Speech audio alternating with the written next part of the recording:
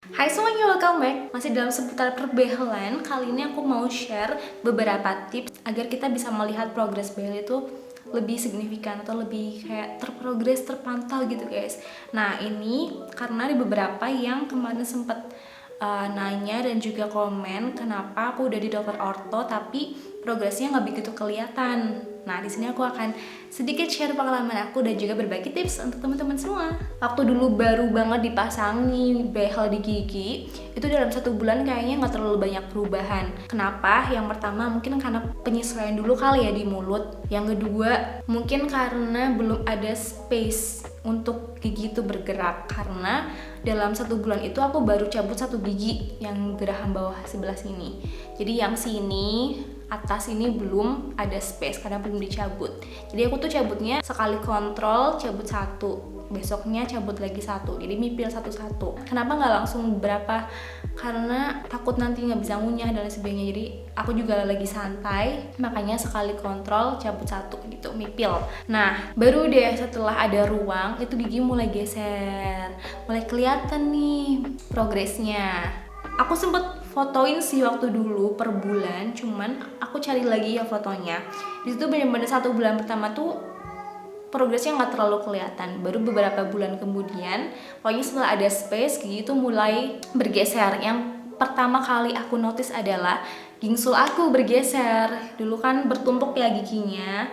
Nah, karena yang di sini ini udah dicabut, jadinya gigi yang ketumpuk ini mulai muncul ke permukaan. Yang di atas ini dia mulai turun. Nah seperti itu guys, jadi emang pelan-pelan. Terus juga waktu rapetnya yang bener-bener rapet kayak gini, itu juga takes time, karena kadang tuh bracket oke, udah rapet nih sebelah sini, dikontrol selanjutnya ada treatment yang lain, tiba-tiba nanti ada longgar sedikit di sebelah sini, nanti sini udah rapet tiba-tiba ada geser sedikit. Ini contohnya ya, nih gigi aku yang ini kan masih ada space, terus garisnya juga nggak simetris.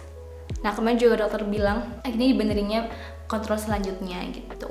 Makanya kalau lagi kontrol tanya aja ke dokter, dokter ini aku lagi diapain, kok nggak diiniin, kok nggak diituin, kali ini aku dipakein karet apa dokter, kenapa dipakein power O, kenapa dipakein elastis, kenapa dipakein power chain. Itu tanya aja guys, karena aku juga cerewet kalau misalkan lagi kontrol, biar tahu, biar nanti tuh kalau sampai rumah ada apa-apa nggak khawatir.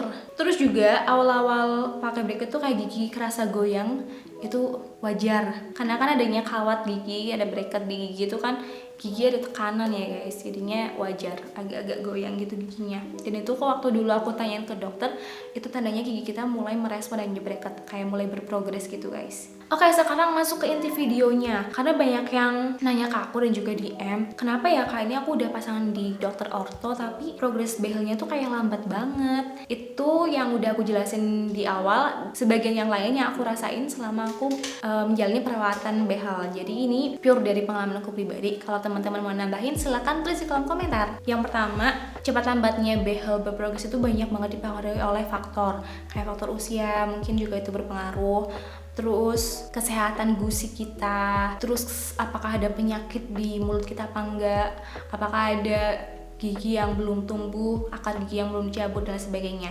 Pokoknya aku akan bahas di luar ini ya guys. Ini yang pertama adalah mungkin aja itu adalah akibat kita dari malas kontrol. Nah kenapa malas kontrol berpengaruh? Kemarin kalau nggak salah dokter itu jelasin ke aku, ada waktu optimal, ada waktu maksimal. Pokoknya pasti dokter itu akan kasih waktu sekitar 3 minggu atau enggak 1 bulan untuk kita kontrol. Jadi kalau misalkan melebihi 1 bulan, otomatis itu udah nggak optimal lagi bracket kita bekerja. Istilahnya kayak gitu ya, karena di logika aku ini karet aja nih, kalau misalkan baru dipasang di bracket itu kan kenceng ya, rasanya tegang di gigi, tapi lama-kelamaan kita nggak ngerasain apa-apa ya, yaitu karena karetnya lama-lama juga memuai, lama-lama kendor. Kita bayangin aja kalau misalkan udah 4 minggu lebih, pasti karetnya juga udah nggak punya daya tarik sekencang waktu awal. Makanya gigi yang mungkin awalnya diperkirakan oh ini akan mundur 3 mili nih, udah mundur nih dalam 3 minggu 3 mili pas sesuai perkiraan dokter, karena kita males kontrol, jadinya kan karet itu kan memuai ya lama-lama, nanti juga giginya akan lama-lama kendur lagi guys, akan lama-lama digeser lagi karena daya tarik karetnya udah nggak sekencang waktu awal. Itu di logika aku kayak gitu sih guys. Makanya waktu itu pernah nih, aku 3 minggu atau 4 minggu itu udah kayak lah, udah kan awalnya mundurin rahang atas nih, aku dipakein power chain atau apalah aku lupa, udah pas banget nih kayak gini posisinya. Awalnya kan agak kayak gini, udah mundur kayak gini, karena aku kelamaan lama-lama tuh kemunduran, jadinya kayak gini. Otomatis kita nggak bisa langsung lanjut ke treatment selanjutnya, harus benerin dulu posisinya. Nih rahang bawah harus dimundurin dulu biar posisinya kembali semula seperti ini. Jadi kayak gitu, karena males kontrol jadinya kan treatmentnya nggak maju-maju gitu guys. Makanya harus rajin kontrol biar cepat selesai, biar progresnya juga kelihatan. Kok cepet banget ya 3 minggu sekali harus kontrol? Emang ya sih, kadang berat di biaya ya. Cuman ya itu memang aku juga pernah share kan di awal apa aja yang harus dipersiapkan, termasuk juga dengan mental dan juga finansial. Finansial bukan cuma waktu awal pasang bracket uang segini, tapi juga pas perawatannya per bulan itu harus disiapin juga. Oke lanjut, alasan yang kedua kenapa behel lambat berkembang adalah malas melakukan treatment di rumah. Biasanya kalau kontrol gigi itu selain diganti kawat dan juga karetnya, kadang juga dokter tambahin treatment lain, kayak misalkan dipasangin karet elastis. Karet elastis itu emang kelihatannya kalau udah dipakai kayak karet yang buat rambut, tapi itu beda banget guys. Bentukannya itu bulat, kayak gini. Biasanya warnanya bening. Terus ada tingkatannya, heavy, ringan, dan lain sebagainya. Dan pemasangannya juga itu disesuaikan dengan kita. Kayak misalkan udah dipasang nih sama dokter, gimana, ada kerasa nggak tarikannya? Enggak dok, ya udah berarti dinaikin jadi heavy. Ternyata kalau misalnya sakit banget itu diturunin lagi, kayak gitu-gitu guys.